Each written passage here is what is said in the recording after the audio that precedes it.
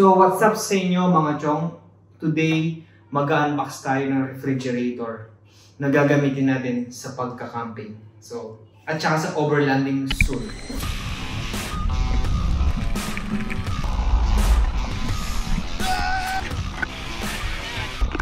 Yun na, so buksan na natin ating refrigerator. So ito guys, magugustuhan to ng mga mahilig uminom ng juice at saka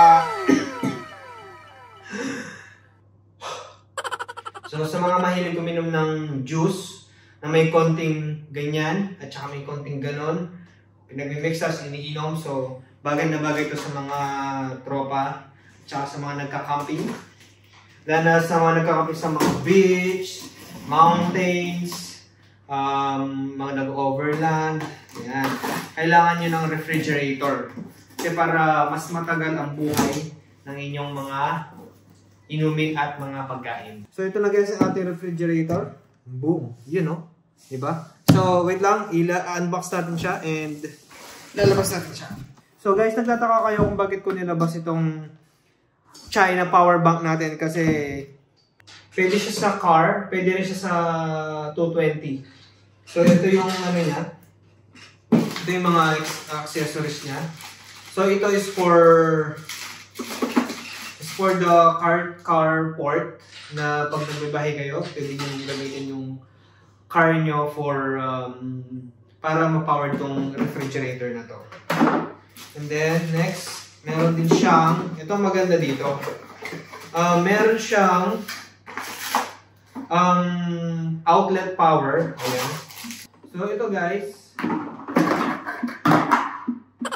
So ito, power mo siya sa 220 and then pwede mo na siyang pagganahin sa bahay nyo, sa loob ng bahay. Basa muna tayo ng instruction na, pakita natin yung instruction natin. Ito, yung instruction natin na hindi binabasa, pero ngayon babasahin natin siya.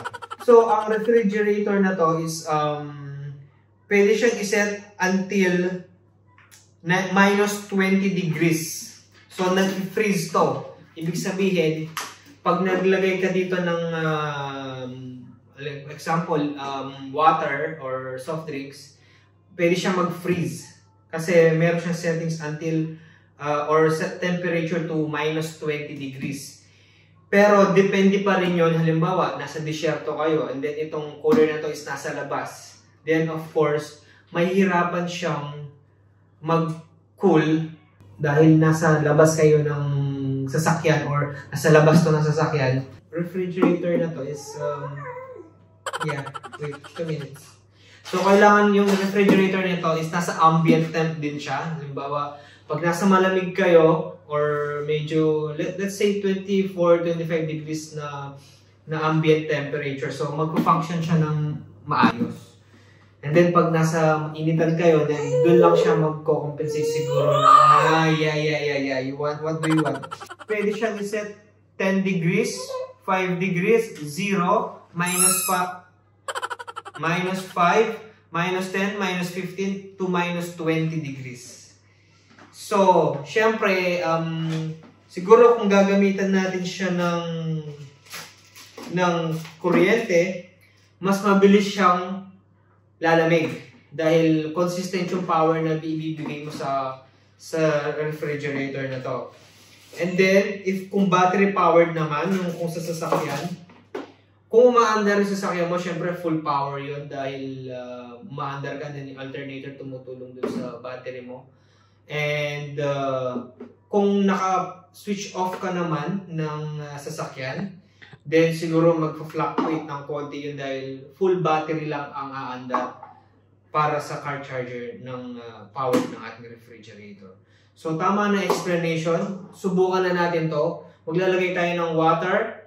Ang power dito is parang naka-turn off ang iyong sasakyan and then ipapower natin siya.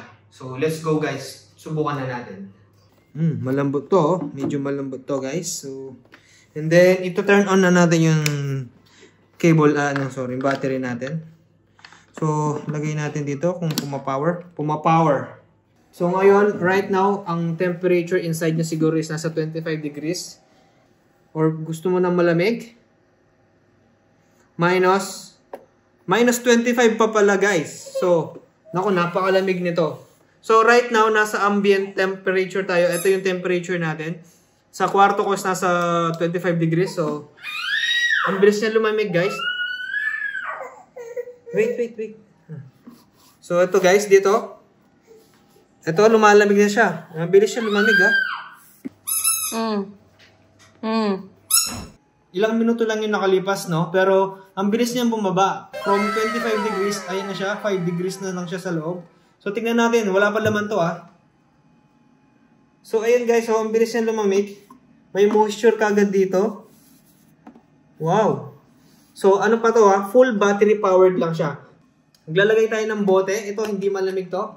Room temperature, nasa 25 degrees to. And sigurado may magko-comment ng may magko-comment diyan na kilala tong bote na to. Kanino kaya tong bote na to? So, comment down below. Alam niyo kung saan yung bote na 'yan.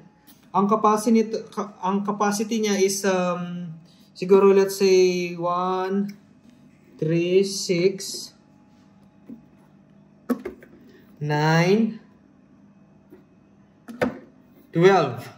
So, pwede kang maglagay dito ng juice na or mga bottles na 12 na gaano ba kalaki to? Ito yung gamay ko. Yan, ganyan. So, pwede pa siyang taasin siguro until here. So, let's say until 7 inches siguro na na bote. So, guys, ito na. Papalamigin na lang natin to. Itong 4 na bote na to. Let's say 30 minutes. Papaanda rin natin siya ng 30 minutes. Tignan natin kung lalamig na yung ating water. So, let's go! As you can see guys, no? Ilang minuto pa lang at nagne-negative 1 na siya. Negative 2. So, sinet natin yan ng minus 25, no? So, full, kumbaga, full power na to para makita natin kung gaano kalakas talaga yung, refrigerator. After, let's say, 20 minutes, 30 minutes, balikan natin kung lalamig na siya and kung ano yung current temperature niya. So guys, after, ilang bang minutes? 30 minutes na yon. So after 30 minutes, no, ito na yung, sa battery powered natin dito sa power bank is hanggang negative 11 lang yung na-reach niya in 30 minutes. Siguro mahina na yung battery natin or hindi kasi siya full charge eh. So, ang gagawin natin is, check muna pala natin tong loob niya. Ayun, no? May yellow siya, oh. May icing na siya. Malamig. Oh, ito, may yellow na siya, oh. Konti, oh. Ayan, oh. Ayan, oh. Ang water natin, medyo lumamig in 30 minutes. Medyo lang. So, drinkable naman siya, no? Ngayon, ang gagawin naman natin is, ipa-power on na natin siya sa 220. And then, let's check 2 hours. So, tingnan natin kung magkakayelo to or titigas siya ng todong-todo. Meron pa siyang set or mode. So, long press natin tong set. Ito maganda dito. Meron siyang H1, H2, H3. Itong mode na to is for battery protection. So, halimbawa, naka-off yung sasakyan mo, and then, syempre, halimbawa, nakalimutan mo siya, hindi mo siya na-monitor. So, isa-set mo yon dapat nasa H3. Para, pag nag-drop down na yung voltage ng battery mo, or yung backup battery mo, is mag-turn off to ng mag-isa. So, may automatic set siya. So, ako, siguro, yung ilalagay ko siya is H3 kasi para mas safe. Para pagka na-drain yung battery ko or malapit na maubos is dun pa rin siya dun sa starting voltage ng sasakyan which is yung 12 volts. Yung H2 nasa 10 volts. So pag nag-drop down yung battery mo ng 10 volts, kusang mamamatay yung refrigerator natin. Another mode is meron siya ditong HH. It means high cooling to. And then meron siyang isa eco mode. So, meron siyang eco mode and then meron siyang fast cooling or high cooling. Power adapter naman tayo 220. So, nilagay ko siya sa high cooling. So now, yung isa naman is Celsius or Fahrenheit na gusto niya. Pero of course, sanay tayo sa Celsius. So, nasa Celsius tayo. So guys, update ko kayo after 1 hour ulit. So ayan, nakikita nyo. Nag-yellow na yung dun sa side ng ref natin. So I think if kung let's say 2 hours kang nagda-drive or sa driving is mas malalamig siya. So yung tubig natin is lumamig na talaga siya, no? So makikita niyo magmo-moist, ayan, nag-moist na siya. Which is magandang sign to na lumalabig talaga yung nilalagay nating water diyan.